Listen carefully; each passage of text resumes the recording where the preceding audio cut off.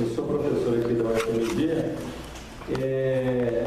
e coordenador do programa Polos de Cidadania. Também agora estou coordenando um trabalho específico no programa Cidade e Alteridade. O Polos e o Cidade e Alteridade são programas de extensão aqui da universidade e de pesquisa social aplicada voltados para a efetivação dos direitos, né, de pessoas e comunidades vulnerabilizadas pelo próprio Estado.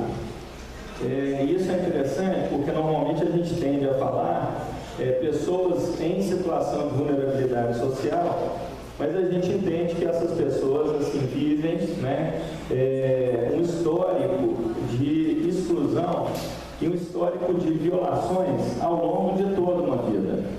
Então, a proposta do Polos e do Cidade e Alteridade é justamente desenvolver uma série de trabalhos voltados para a efetivação desses direitos, para o acompanhamento e avaliação dessas políticas, desses projetos e dessas propostas, né, conforme assim, o Marcos agora colocou muito bem, nós também compreendemos que a questão não é uma questão de moradia ou de habitação somente, mas é uma questão que envolve programas aí estruturantes ampliados em toda a nossa sociedade. De fato, é necessário, e a gente defende isso, uma reforma urbana que seja ampliada e, de fato, propicie às pessoas, né, as diversas pessoas aí, condições para que elas tenham seus direitos, né, garantidos. Dois pontos só que eu vou destacar aqui. O programa, assim, os programas, eles desenvolvem, eles funcionam aqui na Faculdade de Direito, mas hoje são programas ampliados, são programas da UFMG como um todo, né, contam também, conforme o Thiago colocou, com a participação de profissionais das mais diversas áreas, do direito, da psicologia, da arquitetura, ciências sociais, ciências do Estado, ciências socioambientais e daí vai, história. Então, são programas assim que têm uma riqueza muito grande, né, estabelecendo diálogos aí constantes com as ocupações, vilas, favelas, os movimentos sociais.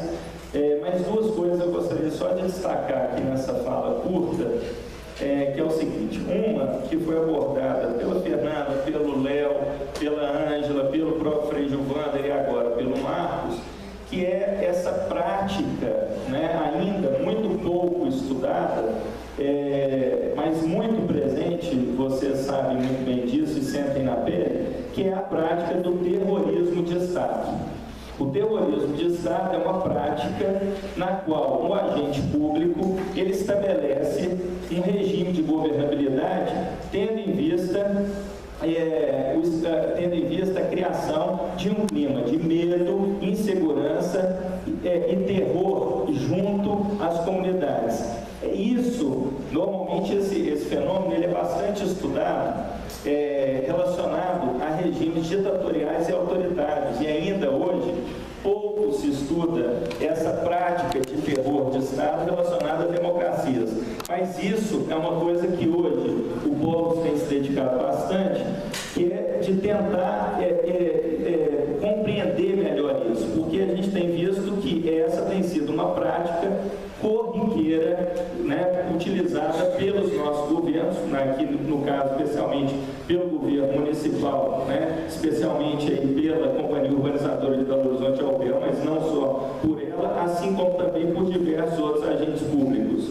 Então isso a gente acha uma prática inadmissível, mas que ela de fato precisa ser descortinada, precisamos mais abertamente falar sobre isso.